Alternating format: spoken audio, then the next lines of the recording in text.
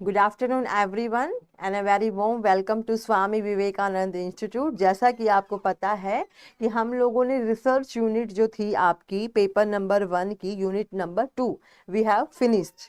उसके बाद हम लोगों ने कहा था कि हम लोग उनके कुछ पीवाईक्यू करेंगे यूनिट वाइज, और उनके मॉक टेस्ट हैं, पीवाईक्यूज हैं, प्रीवियस ईयर जो भी आपके क्वेश्चंस आए हुए हैं, थोड़ा सा उनका हम लोग एनालिसिस करेंगे कि किस टाइप के क्वेश्चंस जो हैं यूजीसी नेट आपको एग्जाम में देखने को मिलते हैं, कि यूजीसी नेट किस तरीके से आपके पेपर सेटिंग करता है रिसर्च के जो भी आपके पीवाईक्यू हैं।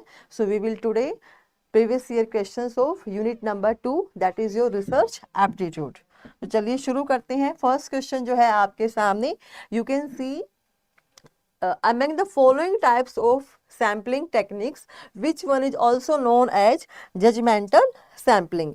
कि इनमें से आपको ये बताना है, आपके पास ऑप्शंस है कोटा सैम्पलिंग, कन्वीनियंस, क्लस्टर और पर्पसिव। कि 4 टाइप्स की सैम्पलिंग आपको दे रखी है और हम लोगों ने सैम्पलिंग बहुत अच्छे से किया था।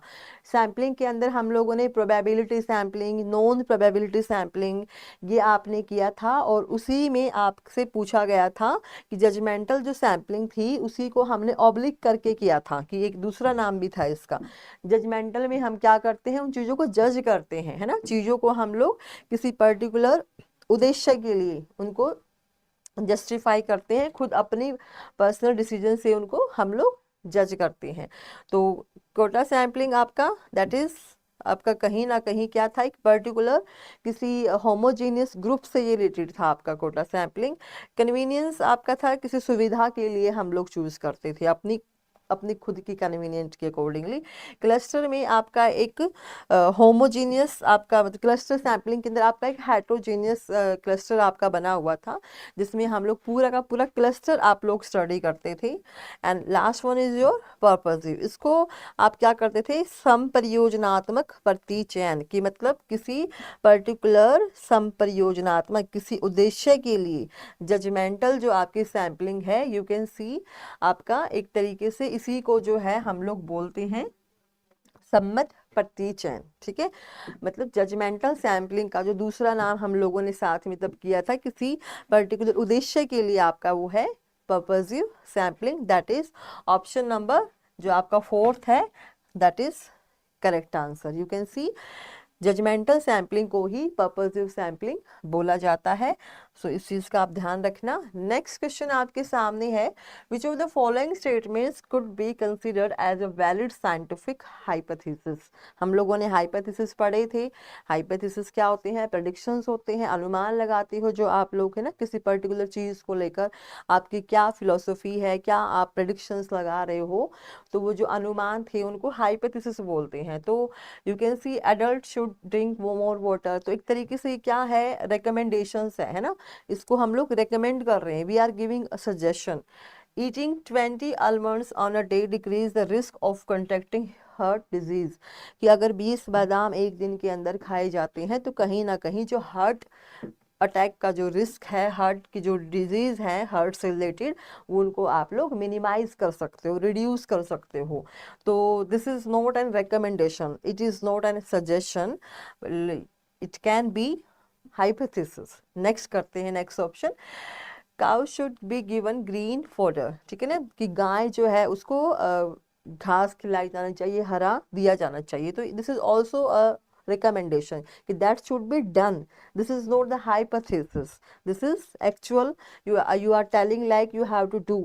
ठीक है ना, तो ये चिल्ड्रन शुड ईट सेरेल्स, की बच्चों को अनाज खाना चाहिए, this is also a recommendations. तो these are not the hypothesis. तो हाइपोथेसिस क्या है कि which can decrease the risk of heart disease, कि क्या एक बादाम जो है उनको आप लोग टेस्ट भी करके देख सकते हो कि जो पर्सन है who is eating 20 almonds a day, क्या उसके अंदर जो हार्ट डिजीज का जो रिस्क है वो कम है एज कंपैरिजन टू एक जो नॉर्मल पर्सन है who is not eating almonds. ठीक है, तो एक तरीके से ये जो है आपका हाइपोथेसिस है।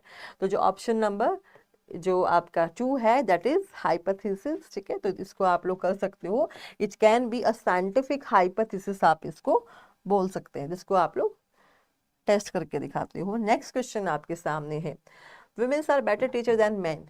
कि विमेंस जो होती हैं वो मैन से अच्छी टीचर्स हैं, महिलाएं पुरुष से बेहतर शिक्षक हैं। तो ये क्या कैसा आपका हाइपोथेसिस है। हमने टाइप्स ऑफ हाइपोथेसिस भी किए थे, जिसमें आपका नल हाइपोथेसिस है, अल्टरनेट है, कांट बी डिटरमाइंड ये है, और बोथ ए एंड बी, चार ऑप्शन आपके सामने दे रखे हैं। तो जो नल हाइपोथेसिस है, पहले हमें इसका पता होना चाहिए कि नल हाइपोथेसिस होता क्या है आपका, बेसिकली वो क्या काम आपका करता है। नल हाइपोथेसिस क्या करता है कि एक तो एक इंडिपेंडेंट और इंडिपेंडेंट दोनों वेरिएबल्स के बीच में कोई रिलेशनशिप नहीं होता है। नल हाइपोथेसिस में कोई रिलेशनशिप नहीं होता है, ठीक है। तो यहाँ पे तो लेकिन रिलेशनशिप दे रहा है ये, है ना, कि विमेंस जो होती हैं वो बेटर टीचर होती हैं, और किन से होती है, मैन से। तो एक तरीके से रिलेशनशिप है इसके बीच में। तो जो नल हाइपोथेसिस होता है वहाँ पे तो कोई रिलेशनशिप होना ही नहीं चाहिए था, but he is saying there is some relation between the mans and womens. तो जो रिलेशनशिप वाला है उसको हम कौन सा बोलते थे, अल्टरनेट हाइपोथेसिस, ठीक है। तो जो आपका अल्टरनेट हाइपोथेसिस है, it can be the right answer and can't be determined. तो ऐसा तो इस नहीं है कि आप इस स्टेटमेंट को टेस्ट नहीं करके दिखा सकते हो, you can prove it, and both A and B नहीं होगा आपका, ठीक है। तो option number B is the right answer आपका, अल्टरनेट हाइपोथेसिस, जिसमें हम लोगों ने क्या किया था कि एक पर्टिकुलर अल्टरनेट मतलब रिलेशनशिप होता है डिपेंडेंट और इंडिपेंडेंट वेरिएबल के बीच में। नेक्स्ट आपका है the reference section of a research article in written in APA style arrange the information। हम लोगों ने एक APA स्टाइल किया था। APA स्टाइल में हम लोगों ने क्या किया था, पहले तो आपका था एक MLA स्टाइल में। तो आपने देखा था कि हम लोग ऑथर का जो भी सरनेम है प्लस पेज नंबर के ऊपर हम लोग ज़्यादा फोकस कर रहे थे, और ये आर्ट के अंदर यूज किया गया था आपका, है ना। एपीए में हमने किया था ऑथर का जो आपका सर नेम है और उसका जो नेम है उसका इनिशियल एंड ईयर के ऊपर मेनली फोकस किया गया था। तो फर्स्ट पे ऑथर आएगा, सेकंड पे ईयर आता है आपका। तो यू कैन सी फर्स्ट आपका जो है यहाँ पे ऑथर है, देन आपका ईयर है। तो सी एंड बी, कहीं जहाँ पे भी आपको सी भी दिखाई दे, option number 4 is the correct answer. Name पहले आएगा, ईयर सेकंड पे आता है, ठीक है। देन आपका टाइटल ऑफ द आर्टिकल है और लास्ट में पेज नंबर। तो C B D A is the correct answer. Now you can see the next question in front of you. आपसे पूछा गया है कि एक टाइप्स ऑफ वैलिडिटी, एक तो ठीक है ना, टाइप्स ऑफ वैलिडिटी हम लोगों ने कुछ पढ़ा था वैलिडिटी के बारे में, रिसर्च की जो विशेषताएं थी वहाँ हम लोगों ने किया था। The term dash refers to how well the particular sample of behaviours use to measure a characteristics reflects the entire domain of behaviours that can constitute that characteristics, ठीक है ना। तो एक इनमें से बताना है कि कौन सी वैलिडिटी जो है एक ऐसा टाइप है आपका जो किसी विशेषता को मापने के लिए उपयोग किए जाने वाले व्यवहार का विशेष नमूना। ये ध्यान रखना कि एक तरीके से particular sample of behaviour which is use to measure the entire मतलब कंप्लीट डोमेन के लिए हम लोगों ने एक वैलिडिटी आपकी करी थी, कंटेंट वैलिडिटी, जो पूरा का पूरा कंटेंट आपको कहीं ना कहीं मेजर करके देती है। तो दैट इज इंटायर डोमेन का जब भी नाम आता है इंटायर डोमेन के लिए we will use content validity, ठीक है। You can see this is the right answer. Next आपके सामने है, इसमें से आपको स्टेप्स बताने हैं, हमने किए थे steps of the research are very very important. तो यहाँ पे आपको मैथोडोलॉजिकल स्टेप्स बताने हैं। फोकस ग्रुप ऑफ रिसर्च, एक फोकस ग्रुप रिसर्च है, उसमें आपको स्टाइल इसके स्टेप्स बताने हैं। तो फर्स्ट जो आपका होता है, सबसे पहले हम लोगों ने किया है कि एक रिसर्च का जो है ना प्रॉब्लम डिफाइन करने वाला स्टेप आता है सबसे पहले नंबर पे। तो सी ऑप्शन जो होगा वो आपका यहाँ जा रहा है। उसके अलावा भी हम लोग देख लेते हैं, सेकंड पे हम लोग सैंपल को सिलेक्ट करते हैं, ठीक है। ऑप्शन नंबर 2 ये जो है आपका 2 होगा सीक्वेंस में, and then you will decide the number of groups needed, and lastly आप क्या करते हो, एक लास्ट का जरूर ध्यान रखना। अगर आपको कभी कंफ्यूजन होती है तो फर्स्ट और लास्ट को जरूर आप लोग उनसे भी आप सिलेक्शन कर सकते हो। Prepare the focus group material जो है आपका, ये आपका लास्ट है। तो option number 2 is the correct answer. एक से भी हो जाता है, वैसे फर्स्ट से भी आपका हो रहा था। विच of the following is a variant of the Harvard style of referencing. एक हार्वर्ड स्टाइल ऑफ रेफरेंसिंग होता है, हम लोगों ने किया था। एमएलए स्टाइल जो होता है उसके अंदर आप क्या करते हो, सिर्फ पेज नंबर के ऊपर फोकस करते हो, है ना, author plus page number. But जो एपीए स्टाइल था उसमें आपने क्या किया था, एपीए के अंदर आपने author name plus year, year जो हार्वर्ड स्टाइल जो होता है इसके अंदर आप लोग ईयर के ऑथर के बाद आपका ईयर आता है, लेकिन वो क्या है एक ब्रैकेट्स के अंदर हम लोग उनको रखते हैं बस, ठीक है ना, एक ही डिफरेंस होता है। APA is similar to Harvard just only with minor difference, like कि जो एपी है वो आपका पैरेंथेसिस के अंदर इस तरीके से आपका लाइक ऑथर नेम था, ठीक है, ऑथर नेम के बाद जो भी उसका ईयर ऑफ पब्लिकेशन है, फिर टाइटल ऑफ द बुक था उसको आप लोग पैरेंथेसिस के अंदर रखते थे। But in case of Harvard variant, Harvard reference, we will use similar but in bracket, हम उस चीज को ब्रैकेट के अंदर रखते हैं, तो कुछ कुछ चीज आपकी सिमिलर है, ये it will be same like APA, ठीक है। तो एपीए जो होता है वो कुछ कुछ रिजेंबल करता है आपका हार्वर्ड स्टाइल से, तो you can see this is the correct answer. Next आपके सामने है scientific research has the ultimate goal of explaining any phenomena. ये जो साइंटिफिक रिसर्च आपकी होती है उसका एक अल्टीमेट गोल होता है ऑफ किसी इवेंट को एक्सप्लेन करने का, ठीक है। तो वो कहीं ना कहीं किसके ऊपर आपका बेस्ड होता है, मतलब वैज्ञानिक अनुसंधान का अंतिम लक्ष्य जो होता है डैश द्वारा किस किस चीज के ऊपर वो बेस होता है, ऐसी कौन सी फिलॉसफी जो है वो फॉलो करते हैं। तो you can C from this कि ऐसा कौन सा पॉइंट है, ऐसी कौन सी एक ऐसी चीज हो जो हमने पढ़ी है जिसके ऊपर साइंटिफिक रिसर्च जो है कहीं ना कहीं आपकी बेस्ड है। कंडीशनल लॉज हम लोगों ने नहीं कर सकते हैं क्योंकि आपको एक्सप्लेनेशन देनी है, तो कंडीशन लॉज जो होते हैं वो किसी पर्टिकुलर कंडीशन को लेकर आपके होते हैं, ठीक है। Laws of uniqueness also not laws of institutions में लॉज ऑफ जनरलाइजेशन, बिकॉज आप क्या करते हो, आप चीज़ों को ना एक्सप्लेन करते हो, लेकिन एक जनरलाइज करने के बाद ही आप कहीं ना कहीं उनको पूरा एक्सप्लेनेशन जब आप देते हो तो कहीं ना कहीं जनरलाइज फॉर्म में आपकी एक्सप्लेनेशन होती है। So you can see this is the laws of generalisation. Next आपके सामने which type of research aims at explanation of the status and conditions existing at present. At present जो है आपकी जो भी कंडीशंस हैं उनको डिस्क्राइब करना एक तरीके से, क्योंकि अप्लाइड के अंदर तो क्या है कि कोई प्रॉब्लम सोल्व करते हो, लेकिन प्रॉब्लम तो इसने कुछ मेंशन की ही नहीं है यहाँ पे, है ना, there is no problem solution kind of that thing here, so it can be wrong. And analytical research जो होती है किसी चीज़ को एनालाइज करने के बाद, तो यहाँ पे आप कुछ एनालिसिस तो नहीं कर रहे हो, तो it can also be eliminate, ठीक है। डिस्क्रिप्टिव एंड फंडामेंटल, अब इनमें से कुछ हो सकता है आपका। फंडामेंटल में हम लोगों ने किया था कि सिर्फ आप नए आइडियाज न्यू थ्योरीज को आप डिस्कवर करते हो, तो कहीं ना कहीं इसका जो राइट आंसर आपका हो जाएगा डिस्क्रिप्टिव, जहाँ पे आप डिस्क्राइब करते हो, एक्सप्लेन करते हो। पेपर में क्वेश्चन आता है ना, describe in detail, explain in detail, तो कहीं ना कहीं इसका अल्टरनेट आपका है descriptive research is the right answer. Next question आपके सामने है, a researcher is interested in studying the flood victims, which one of following is the suitable sample selection method, ठीक है ना। तो एक फ्लड विक्टिम को लेकर वो स्टडी करने चाहते हैं, तो पर्टिकुलर क्या है कि उसने अपने एक तरीके से उन्होंने उस सैंपल को उठाया है, तो वो जो आपकी फ्लड विक्टिम को लेकर जो भी उसकी स्टडी है, तो वो कौन से टाइप की आपकी स्टडी हो सकती है। हम लोगों ने क्या था, रैंडम सैम्पलिंग के अंदर आपका क्या है कि आप सैंपल को रैंडमली उठाते हो, इक्वल चांसेस ऑफ डेटा को आप उठाते हो, तो उसमें से प्रोबेबिलिटी जो होती है वो किसी के आने की 50-50% होती है मेंबर्स की।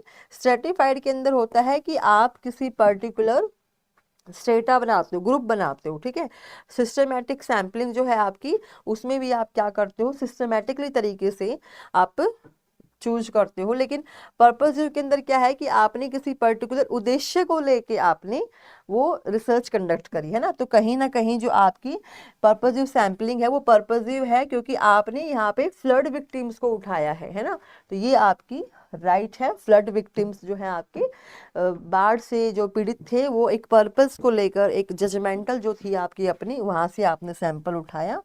Next you can C, a teacher is studying the impact of his her personal association, कि जो टीचर है वो बच्चों के साथ अपने पर्सनल एसोसिएशन को कहीं ना कहीं उनका इम्पैक्ट देखना चाहता है, उसको स्टडी कर रहा है with the students on students discipline, अनुशासन में किस तरीके से वो रहते हैं। This type of research teacher का कंसर्न है ना, कि जो टीचर है वो बच्चों को लेकर अपना एक पर्सनल व्यू देखना चाहता है।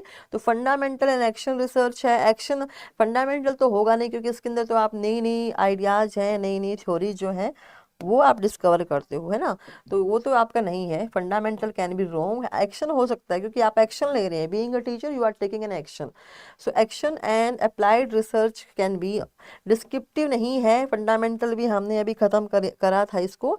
एनालिटिकल में आप एनालाइज नहीं कर रहे हो, आप क्या कर रहे हो, इम्पैक्ट को आप कहीं ना कहीं अपने पर्सनल एसोसिएशन, तो आपका एक्शन भी होगा और अप्लाइड भी होगा, बिकॉज ये प्रैक्टिकल है। आप क्या कर रहे हो पूरी क्लासरूम के ऊपर, तो क्या कर रहे हो, स्टूडेंट्स के डिसिप्लिन को लेके चल रहे हो। तो एक बच्चे को भी अगर आप अलग से पर्टिकुलरली उसके अंदर आप स्टडी करते हो इम्पैक्ट को, तो एक्शन रिसर्च आपका लोकल के लिए यूज करते हैं। So this is the right answer.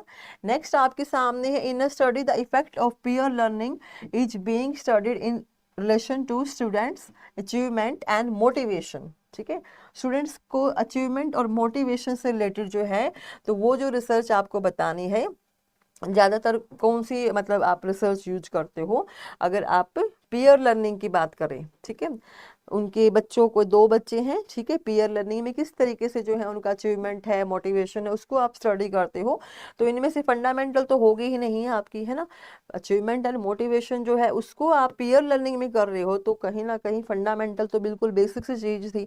Evaluative भी नहीं है आपकी, ठीक है, कुछ इवेल्युएट नहीं कर रहे हो आप लोग।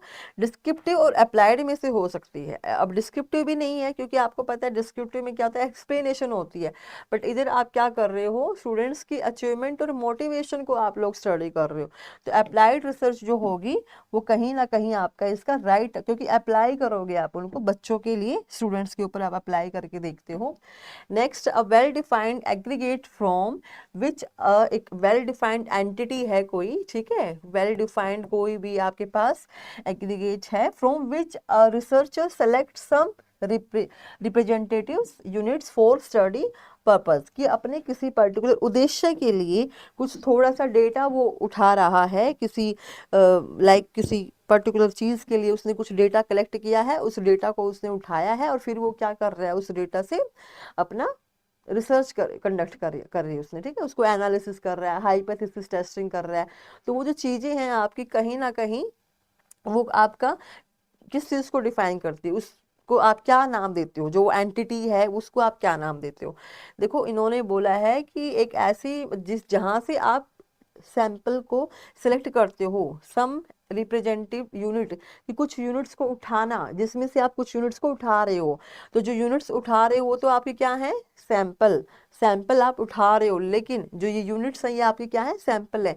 लेकिन ये कह रहा है फ्रॉम विच, तो फ्रॉम विच का मतलब क्या है, जहां से आप उठा रहे हो, तो वो क्या है आपका पॉपुलेशन। ठीक है, हम लोगों ने किया था वो, पॉपुलेशन से ही आप सैंपल को उठाते हो। ठीक है, नेक्स्ट आपके सामने इसका आंसर दे रखा है पॉपुलेशन। नेक्स्ट क्वेश्चन है, in order to ensure that the impact on dependent variable, अब जो डिपेंडेंट वेरिएबल है उसका इम्पैक्ट बताना है इंडिपेंडेंट वेरिएबल के साथ। किस तरह जो रिसर्च होती है, एक्सपेरिमेंटल जो मेथड होता है, उसमें एक तो कंट्रोल सिचुएशन के अंदर आपकी होती है और डिपेंडेंट और इंडिपेंडेंट वेरिएबल के आपस में रिलेशनशिप्स को फाइंड आउट किया जाता है, कि कॉज और इफेक्ट, कि जो आपका डिपेंडेंट वेरिएबल है that is effect and independent variable is your cause.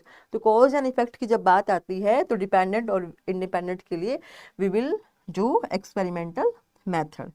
Next आपके सामने है, when the population is homogeneous, you can see homogeneous data है आपके सामने, ठीक है ना। homogeneous data के लिए आप कौन सा जो सैम्पलिंग टेक्निक है वो आप यूज करते हो ज़्यादातर होमोजीनियस के लिए, ठीक है ना। तो रैंडम सैम्पलिंग है, कन्वीनियंस है, स्नोबॉल है, स्ट्रेटिफाइड है, आपकी 4 ऑप्शंस आपके सामने हैं। तो होमोजीनियस के लिए आपका थोड़ा इनके बारे में पता होना चाहिए कि जो स्ट्रेटिफाइड सैम्पलिंग है उसमें आप एक ग्रुप बनाते हो, ठीक है, आपके पास इस तरीके से स्ट्रेटा बने होते हैं, ग्रुप बने होते हैं। स्नोबॉल के अंदर आपका पार्टिसिपेंट वाया पार्टिसिपेंट कुछ इस तरीके से था। कन्वीनियंस में आप अपनी कन्वीनियंस के अकॉर्डिंगली चूज करते हो। रैंडम में क्या होता है कि आपके इक्वल चांस होते हैं, 50-50% चांसेज होते हैं, ठीक है ना, पूरा डेटा आपका उठाने का। तो राइट आंसर जो है इसका रैंडम सैम्पलिंग ही है, क्योंकि आपका जो है यहाँ पे एक when the population is homogeneous, कि जो आपका डेटा होता है ना वो होमोजीनियस, आपका देखो स्ट्रेटिफाइड में हेट्रोजीनियस डेटा होता है आपका, ठीक है।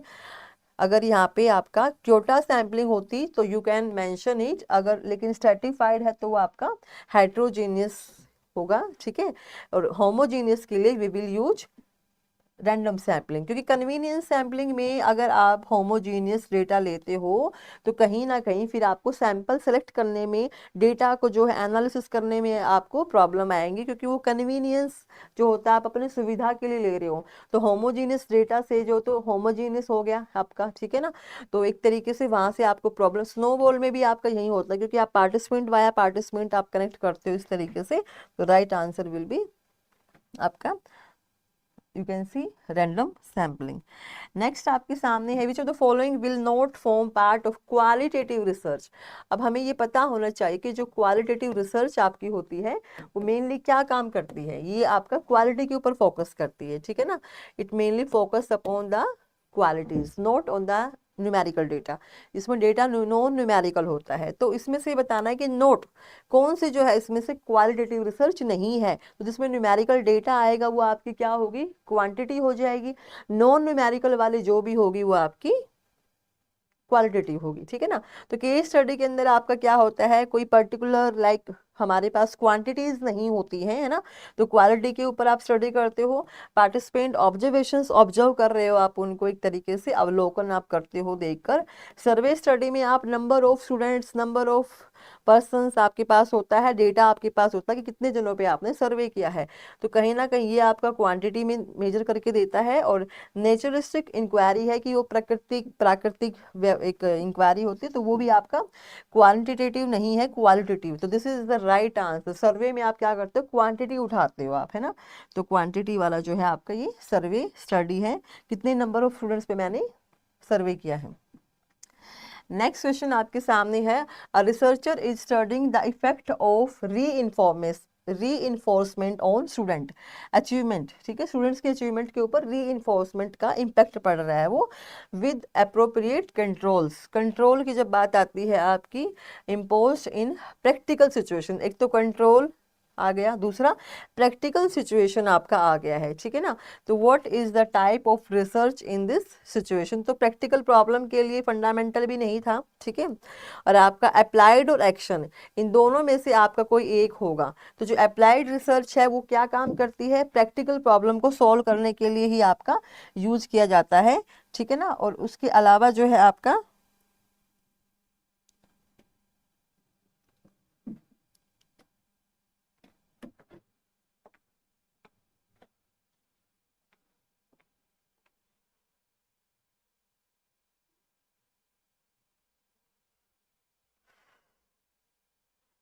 So you can see applied research, ठीक है।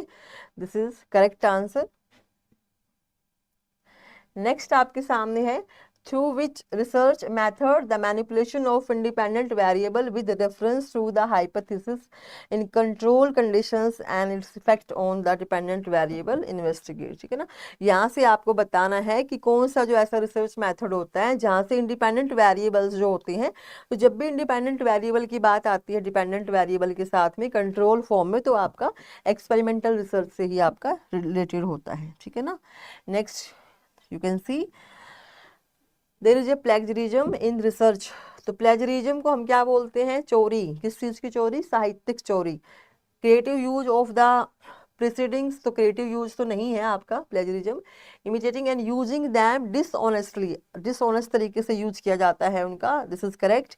And quoting a story a point of view of a person, this is also not right, क्योंकि हम लोग एक अनौपचारिक तरीके से उसके डेटा को उठाते हैं, तो डिसऑनेस्टी वाला आपका राइट आंसर होगा, ठीक है। कॉपी करते हैं चीज़ों को आप दूसरों की without their permission. The research which emphasise on the social inequality in between man and women is known. Man and women के बीच में कंपैरेटिव रिसर्च जो होती है वो कंपैरिजन करती है। लॉन्गिट्यूडनल रिसर्च क्या होती है, एक ही मतलब लॉन्ग टाइम तक चलने वाली जो रिसर्च होती है ना, जिसको हम लोग बोलते हैं कि लंबे टाइम तक आप एक ही पर्सन के ऊपर बार बार रिसर्च कर रहे हो, लाइक 2 साल बाद, 4 साल बाद, 6 साल बाद, कुछ टाइम पीरियड के बाद आप उसी सेम पॉपुलेशन के ऊपर डिफरेंट डिफरेंट टाइम में आप लोग रिसर्च करते हो, तो वो लॉन्गिट्यूडिनली, यहाँ तो ऐसा कुछ नहीं है कि इनइक्वालिटी की बात करी गई है, एक्शन भी नहीं है, कोई प्रॉब्लम सोल्व नहीं कर रहे हो आप, फेमिनिस्ट रिसर्च इसका आंसर होगा, राइट, ठीक है ना, क्योंकि इनइक्वालिटी की बात कर रहे हैं मैन एंड वुमेन्स के बीच में, तो this can be the right answer. This is the last question, quantitative research is also non, quantitative जो रिसर्च होती है उसको आप लोग क्या बोलते हो? क्वालिटी वाली हमने किया था, जो क्वालिटेटिव रिसर्च होती है वो मेनली किसके ऊपर फोकस करती है? क्वालिटी के ऊपर, है ना। तो क्वांटिटेटिव जो होती है वो मेनली फोकस करती है नंबर्स के ऊपर, एक स्ट्रक्चर फॉर्म में वो होती है, सिस्टमैटिकली तरीके से आपकी होती है, ठीक है। तो ये आपका राइट आंसर होगा। तो दीज आर द PYQs। अच्छा, एक क्वेश्चन और है आपके सामने, a temporary hypothesis whose validity is unknown and which the relation between the two or more variables hypothetical is known, what? ठीक है, एक ऐसी मतलब एंटिटी है आपका, एक ऐसा हाइपोथेसिस है जिसको आप क्या करते हो, अननोन है, और जो दो से दो ज़्यादा वेरिएबल्स के बीच में कहीं ना कहीं आपका रिलेशनशिप प्रोवाइड कराता है। तो यू कैन सी वो आपका एक तरीके से अब हम लोगों ने किया था रिसर्च, हाइपोथेसिस जो होते हैं वो आपके फॉर्मेशन इस तरीके से आपकी होती है, ठीक है। तो these were the last PYQs जो अभी हम लोगों ने किए हैं। आई होप कि आपकी रिसर्च जो यूनिट है पेपर नंबर 1 की, यूनिट नंबर जो 2 है, उसके अंदर से आपके टाइप्स ऑफ सैम्पलिंग है, टाइप्स ऑफ रिसर्च हैं, वेरिएबल्स हैं, हाइपोथेसिस हैं, ये सब के हम लोगों ने आज PYQ किए हैं। तो सेकेंड यूनिट जो है आपकी वो फिनिश हो गई है। अब नेक्स्ट यूनिट के साथ हम लोग मिलेंगे नेक्स्ट क्लास में। Thank you.